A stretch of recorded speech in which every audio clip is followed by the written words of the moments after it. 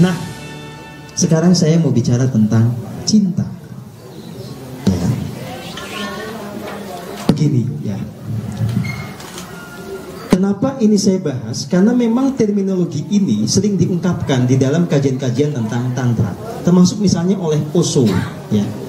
Osho sering bicara tentang kata lover, pecinta. Ya. Nah, saya kenapa perlu menerangkan ini supaya nanti orang tidak salah paham. Yang dimaksud Osho di sini sebagai pencinta, bahwa seorang tantrik itu adalah pencinta, itu bukan berarti dia punya cinta romantik kalau konteks yang disampaikan oleh Osho. Yang mau dimaksudkan oleh Osho itu begini: saat Anda sering melakukan keheningan, Anda masuk ke dalam diri terhubung dengan Sang Yang Atman atau diri sejati, otomatis dari dalam sini ini akan terus-menerus mengalir yang namanya kasih murni atau pure love. Ketika keterhubungan Anda dengan diri sejati ini semakin utuh, maka Anda menjadi pengejauhan tahan dari pure love itu sendiri. Anda menjadi seorang yang mengasihi dengan murni kepada siapapun dengan tanpa syarat, tanpa diskriminasi, tetapi dengan proporsi yang pas sesuai dengan kebutuhannya. Seorang tantrik adalah pencinta dalam makna yang itu. Ya, bisa dimengerti bahwa seorang tantrik adalah orang yang hidup dengan kasih murninya. Nah, masalahnya memang dalam bahasa Inggris antara kasih dengan cinta romantik itu nggak bisa dibedakan, ya. Semuanya pakai kata yang sama, yaitu love, gitu. Nah, kalau itu nggak ada yang kontroversial kan? Semua pasti setuju lah bahwa memang untuk sampai kepada jalan pencerahan orang harus punya kasih yang murni. Nah, tetapi pertanyaannya adalah, apakah kalau kita hidup di jalan spiritual boleh punya romantic love? Kan sebagian mengatakan tidak. Jangankan hubungan seksual, rasa romantik aja nggak boleh. Ya. Kalau nggak percaya, coba baca deh bukunya misalnya Ajahn Brahm gitu ya. Memang para biksu boleh romantikan kalau mengikuti ajaran yang formalnya? Nggak boleh, gitu ya. Memang pastor misalnya boleh itu sayang-sayangan? Ada yang pernah jadi pastor di sini? Mantan, ya. Secara formalnya kan tidak boleh gitu. Karena apa? Ada asumsi itu membuat jiwa kita menjadi tidak murni gitu. Apalagi kalau nanti diteruskan menjadi hubungan seksual, tambah gak murni lagi. Itu asumsi dari sebagian jalan spiritual. Nah, yang mau saya katakan adalah jalan tantra tidak mengatakan itu, ya. Jelas bahwa Anda harus punya kasih murni dulu. Tetapi kemudian ketika Anda punya romantic love, itu boleh-boleh saja, selama Anda mengerti bagaimana menempatkannya, ya.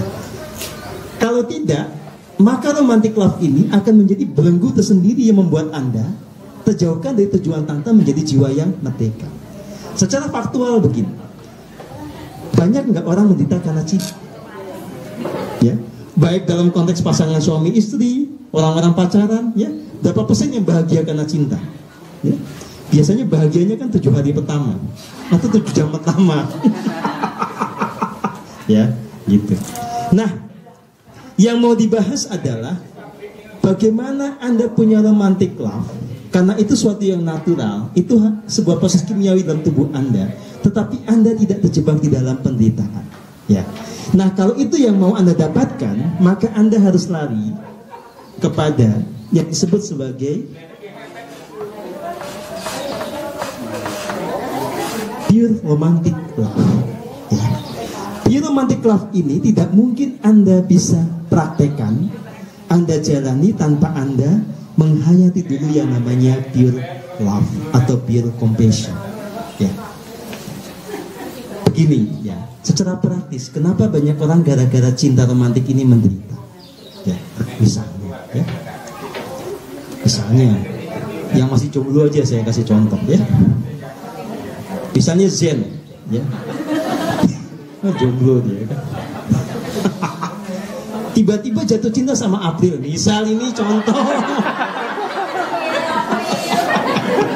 Gitu. Contoh mah bebas, ya. Belum tentu kenyataan. Nah, pada banyak kasus emosi yang seperti ini nanti berakhir kepada penderitaan. Karena orang yang mencintai, muncul rasa romantis di dalam dirinya itu, nanti sangat kuat dicengkram oleh keakuannya. Ya. Orang yang mencintai akan menganggap yang dicintai itu sebagai miliknya, yang dia harus mengikuti apa yang menjadi maunya, harus berlaku seperti harapan dan idealitasnya. Disitulah sebetulnya pangkal penderitaan. Ya. Kalau Anda betul-betul dalam konteks spiritual ini mau menjalaninya sampai tuntas, sembari Anda punya romantic love, maka Anda harus transformasikan itu menjadi pure romantic love. Jadi misalnya, ya, Zen naksir sama April, ya. Contoh, Aprilnya ternyata mau juga, oke. Tetapi saat yang sama Komeng naksir April, ya, contoh ini, ya. Nah,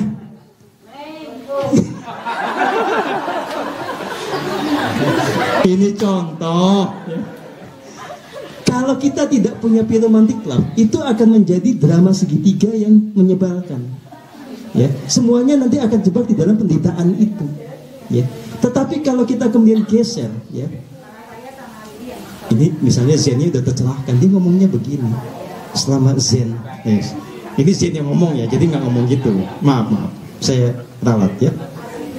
Ini Zennya udah tercerahkan, jadi dia ngomongnya begini. Jika April memang betul-betul tulus mencintai Komeng, Komeng tulus mencintai April, sudah silahkan. Itu adalah pure romantic love. Contoh, bagaimana kita mencintai orang tanpa ada hasrat untuk mencengkram, tanpa ada hasrat untuk membuat dia manut sama maunya ego kita. Ya, kan faktanya kan April tidak ada diperkosa sama Komeng. Tadi ceritanya adalah mereka saling menyenangi, kan berarti semuanya sama-sama mau, nggak ada yang dipaksa kan gitu. Nah kalau itu realitasnya, maka Zen akan mengatakan silakan kalau memang sama-sama bahagia. Saya dalam kesendirian berbahagia, tapi